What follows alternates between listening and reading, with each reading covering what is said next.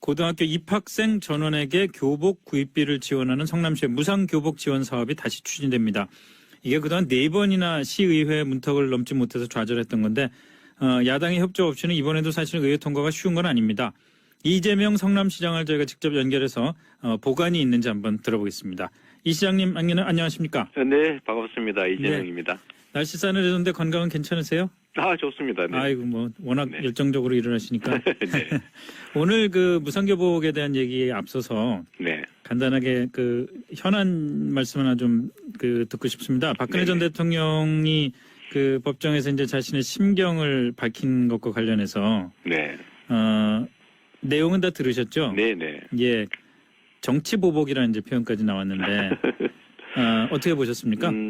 제가 듣기로는 역시 아직도 정신을 못 차렸다 이런 생각이 좀 들고요. 본인의 재임 기간 동안 국민들이 얼마나 고통 겪고 이 나라 민주주의가 후퇴했는지 생각을 한다면 그런 얘기 할 수 없었을 것 같고, 또 한 가지 더 말씀을 드리자면 검찰이 기소하고 법원이 증거인멸, 도주 우려 등등을 감안해서 구속 재판의 필요가 있다고 판단한 것도 이 나라 헌법이 위임한 권한을 행사하는 건데 본인만이 옳다고 주장하지 않습니까? 본인은 잘못한 게 하나도 없는데 지금까지 협조했는데 왜 또 구속하느냐. 사유가 되니까 구속한 거고요. 그거는 그야말로 정치 보복 이런 말씀하시는 것 같은데 이건 법치를 수행하는 과정이라고 생각해야죠. 본인은 법에 어긋나는 행위, 국민들이 볼 때 또 사법기관이 볼 때 법에 어긋나는 행위를 수없이 했는데 왜 본인만 또 예외가 돼야 된다고 생각하는지 정말 이해가 안 됩니다. 예. 여전히 딴 세상에 살고 계신 것 같아요. 알겠습니다. 그 말씀 거기까지 듣기로 하고요. 무상교복 얘기로 넘어가 보겠습니다. 교복 지원은 지금 이미 그 기초생활수급자 가정의 학생들은 이미 그 지원을 받고 있는 거죠? 네, 중학생은 전원하고 있고 고등학생들은 기초생활수급자는 이미 하고 있죠. 중학생들은 그 소득 수준과 상관없이 이미 다 되고 있는 거고요. 작년부터. 예. 근데 이걸 고등학교 입학생 전원까지 늘리자 이제 이런 계획 아닙니까? 그렇습니다.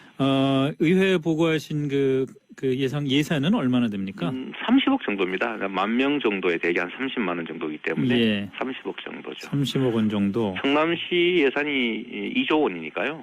극히 아주 미미한 금액일 수 있습니다. 성남시 너무 부자예요. 성남시가 지금 기초단체장 1인당 예산은 성남보다 많은 자치단체가 훨씬 많습니다. 지금 성남시가 기초자치단체 중에서 그 규모로 세수 규모로 몇 등이나 됩니까? 5등 정도 됩니다. 5등? 5등이고 그러니까 1, 2, 3, 4등 많고요. 정부 지원 예산까지 더하면 성남시보다도 1인당 예산이 많은 곳이 훨씬 많습니다. 세금을 많이 내야 된다고 해서 정부가 지원을 안 해주니까요. 1인당 예산은 적으니까 오해는 없으면 좋겠습니다. 저도 성남시에 한 4년 살았었는데 참 좋은 그 도시인 것 같아요. 예산을 잘 쓰고 있는 겁니다. 돈이 많아서 잘 쓰는 게 아니고. 아니 그때는 이재명 시장은 아니셨기 때문에. 어쨌든 30억 원이면 2조 원에 비해서 이렇게 어렵지 않은 예산일 것 같다는 생각이 드는데 4번이나 이렇게 좌절했던 이유를 뭐라고 설명하실 수 있겠습니까? 일단 이제 여야의 구도가 이제 의회가 이제 야 쪽이 많으니까 시가 하는 시민들이 호평받을 정책들을 반대하는 경향이 좀 있고요. 발목 잡기라고 저희는 표현하죠. 나름의 이유가 있긴 하겠지만 저희는 그렇게밖에 받아들일 수가 없는데, 시민들이 좋아하는 또 예산을 아껴서 하는 해야 될 일을 하는 거를 의회가 반대를 하면 보통의 경우는 이제 포기를 하는 게 맞지 않냐고 생각하는 것 같아요. 그런데 우리 성남시에서는 예를 들면 교육 지원 사업, 지금까지 했던 예를 들면 또 복지 확대 사업, 또 기업 유치 이런 것들도 의회가 반대를 하면 제가 1년 내내 다시 또 설득하고 다시 내고 해서 4번, 5번 부결된 다음에 통과됐던 게 다반사여서 이것도 그 일 중에 하나라고 보시면 됩니다. 제가 아마 의회에서 부결 반대한다고 해서 포기하고 있더라면 아마 전혀 거의 아무런 성과도 못 냈을 가능성이 많죠. 그렇게 서너 번 노력해가지고 통과된 예산이 여러 가지가 있단 말씀이시네요. 많습니다. 기업 유치도 그렇고 교육 지원 사업도 그렇고 복지 확대도 그렇고 거의 대부분 그랬습니다. 자, 그렇다면 이제까지 4번 부결이 됐는데 이 무상 교복 사업이 아직 여야 구도, 의회에서의 여야 구도 같은 건 바뀐 것도 없고 그렇다면 이번에 관철시킬 수 있도록 특별히 갖고 계신 보관은 어떤 게 있습니까? 결국은 이제 대의민주주의 국가에서 국민들, 즉 주권자, 유권자의 뜻이 중요하지 않습니까? 이전에도 예를 들면 뭐 스케이트장 설치 예산 이런 것도 지금 반대하셨다가 저희가 뭐 그 의원들 명단 공개되고 막 이러니까 주민들이 반발을 많이 하고 항의하고 하니까 또 통과되더라고요. 네.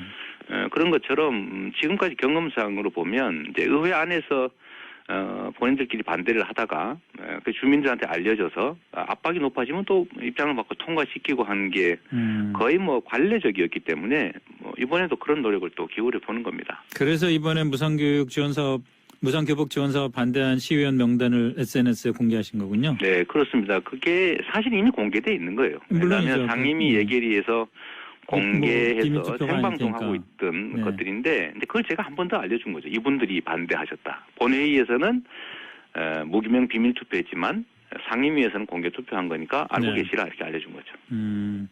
야당 의원들은 그런 거 이름이 SNS에 올라가고 그럼 오히려 더 화를 내고 그러지 않을까요? 물론 개인적으로 기분 나쁠 수 있죠. 그런데 우리는 대리인들 아닙니까? 주인의 입장에서 주인들이 혼내는 일은 하지 말아야 되는 거죠, 원래. 네. 주민들로부터 비난받을 일이면 하지 않는 게 원래 맞는 거 아니겠어요? 네. 근데 뭐 예를 들면 주민들이 잘 모르는 사이에 반대를 했다가 주민들한테 알려줬더니 혼이 났다. 그러면 주민들의 뜻에 따라서 해야 될 사업 하는 게 맞는 거죠. 그게 민주주의고 예. 소통이고 책임 정치라고 생각합니다. 그 시 차원에서는 예를 들어서 그 5번째 시도를 하면서 예상되는 예산을 좀 줄인다든지 또는 그런 다른 그 계획 안의 변화는 없었습니까? 그러니까 이게 뭐 고등학생들 30만 원씩 네. 뭐 교복 지원하는 게 뭐 엄청난 예산도 아니고 네. 예를 들면 일부에서 얘기하는 것처럼 뭐 부자를 좀 골라내자라는 얘기도 하긴 하는데 네. 이게 돈이 더 들어요. 예를 들면 그 10,000명이 넘는 사람들 가구를 싹 다 조사를 해서 네. 100명을 골라냈다고 한번 쳐보세요. 예. 그러면 3천만 원 아끼는 거잖아요. 네. 근데 그 골라내는 인력 인건비도 안 됩니다. 그래요? 이게 복지 전달 비용이라고 하는 건데요. 예를 들면 엄청난 규모라면 그런 게 필요하지만 네. 이거 소액의 예산을 지원하는 것이어서 전달 비용이 더 많이 들고 네. 두 번째는 부자들은 이미 세금을 더 많이 내고 있거든요. 네. 그런데 지출 과정에서도 한 번 더 차별을 꼭 해야 된다는 법은 없는 거죠. 많이 내는 만큼 그럼요. 많이 내는 만큼 똑같이는 받을 수 혜택도 있어야 받아야 되지 않냐. 되니까. 네, 이중의 차별을 꼭 해야 된다는 건 절대 진리는 아닙니다. 예. 네. 무상교복 말고도 또 청소년 배당도 내년에 실시하겠다고 말씀하시는데 이거는 네. 그 청년 배당하고 좀 네. 어떻게 다른 겁니까? 정부에서 지금 이제 고교 무상 교육을 하겠다고 지금 방침을 발표했고 고교 교육에 드는 비용 중에서 급식비가 상당히 좀 부담이 큽니다. 한 달에 예. 한 8만 원에서 연간 한 100만 원 정도 드는데요. 지금 성남시 같으면 이제 중학생까지는 다 무상 급식을 하고 있습니다. 네. 그래서 고등학생들에게 급식비 정도를 좀 지원을 해주는 게 좋겠다라고 판단을 했고요. 근데 이거를 그냥 급식비로 지원을 하게 되면 학교에서 급식을 안 먹는 사람은 지원이 안 됩니다.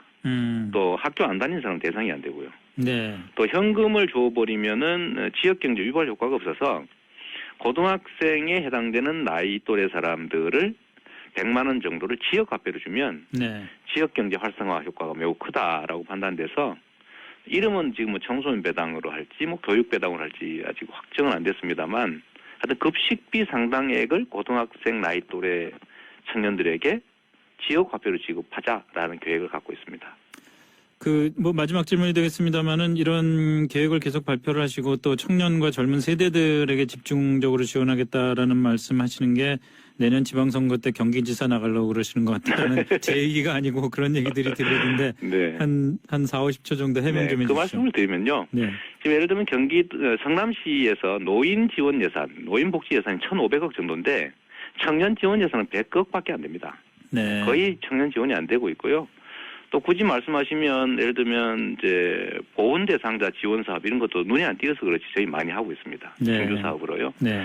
그래서 세대별로 좀 균형을 맞출 필요가 있고 청년들이 특별히 또 소외되고 있기 때문에 특별히 어려운 입장에 처한 청년들 정책을 소규모로 한번 해보는 것이어서 이걸 뭐 선거용이라고 생각하는 것은 좀 지나친 억측이라고 말씀드리겠습니다. 그러니까 표를 생각하면요. 네. 노인복지 확대하는 게 훨씬 더 표에 도움이 됩니다. 아, 그렇습니까? 네, 젊은 세대들한테도 인기 있으신 거 아닌가요? 청년들이 워낙 배려받지 못했으니까요. 예. 처음으로 성남시에서 예를 들면 뭐 대학생들 학자금 대출이자 지원하는 거, 청년배당 해주는 거, 겨우 24세 때 한 번 100만 원 받는 거 이건데 네. 지출 규모에 비해서는 참으로 그 반응이 뜨거워서요. 네. 안타깝기도 하고 죄송할 정도죠.